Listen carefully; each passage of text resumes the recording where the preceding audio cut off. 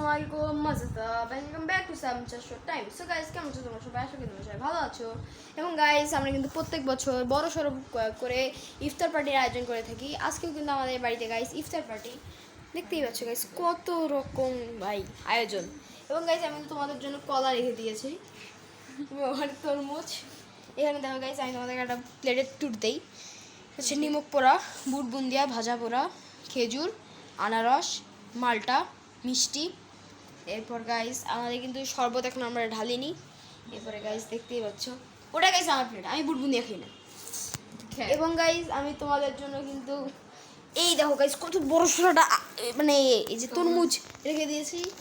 এবং গাইস আর কি দেখাই গাইস, দেখো তোমাদের জন্য মিষ্টিও রেখে দিয়েছি।